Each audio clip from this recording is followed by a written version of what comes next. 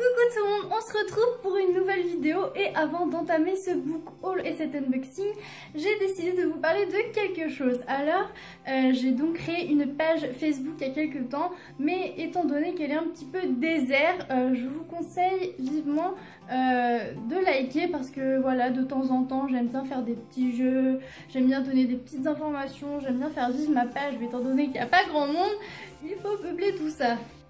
Donc oui, c'est un coup de pub, oui, clairement.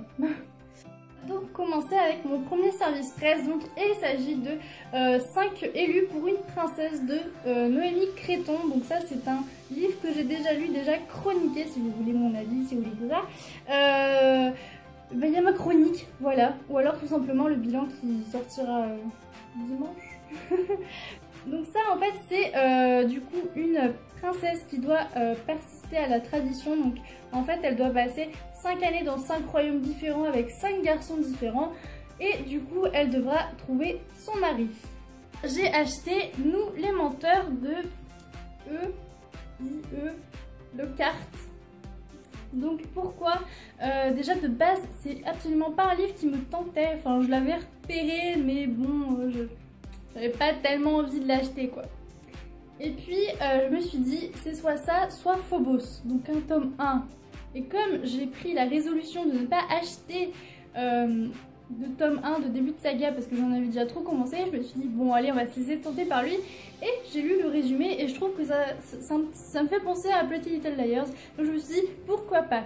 Donc il s'agit en fait d'une famille, voilà on va dire la famille parfaite où un drame arrive et où il y a plein de secrets, plein de suspense et tout ça. Donc effectivement ça rappelle beaucoup Pretty Little Liars. Je me suis pris un livre dont je ne connaissais même pas l'existence, clairement. Donc j'ai acheté Vous parlez de ça de Laurie Halse Anderson. Donc en fait, à ce que j'ai compris, c'est une jeune fille qui a arrêté de parler parce qu'elle a peur ou...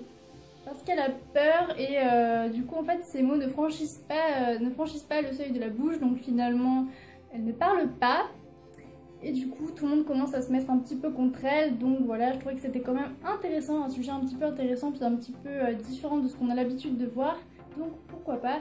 Et je sais pas si vous avez vu, mais juste la couverture, elle est juste hyper belle.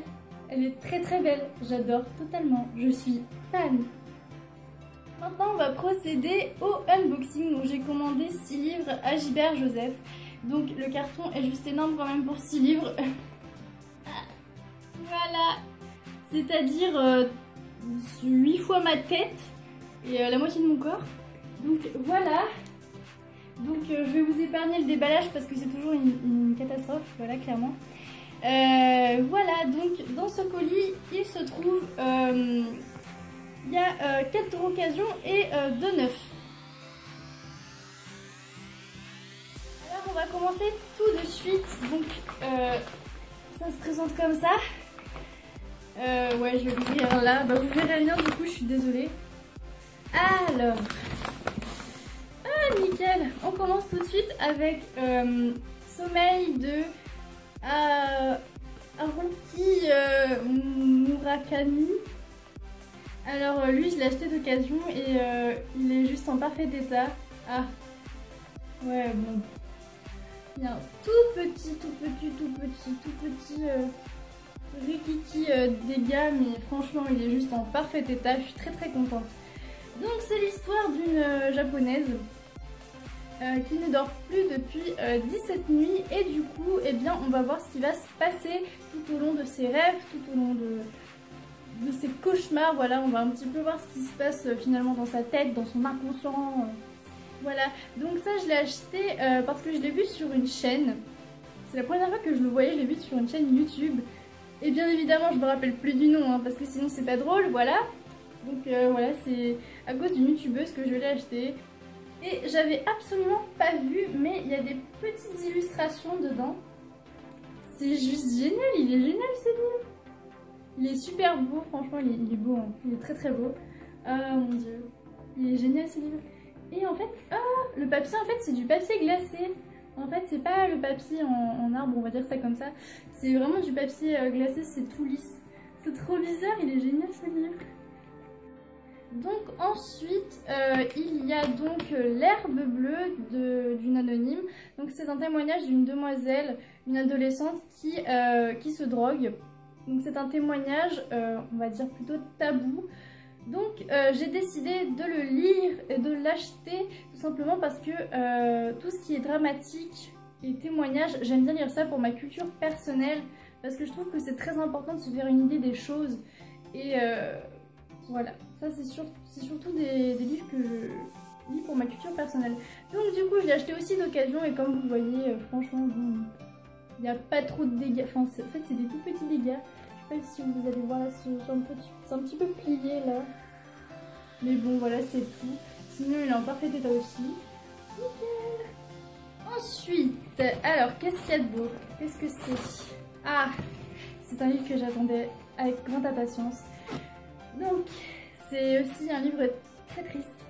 C'est le dictionnaire horrifié de la souffrance animale. Donc comme vous le savez, ou peut-être pas, les animaux me tiennent vraiment à cœur et c'est vrai que j'ai tendance à lire des trucs un petit peu tristes, un petit peu horribles finalement sur les animaux parce que j'aime avoir une idée réaliste de la situation animale. Donc c'est écrit par Alexandre Sivard Raciné. Donc lui je l'ai acheté neuf et clairement l'objet livre est juste génialissime.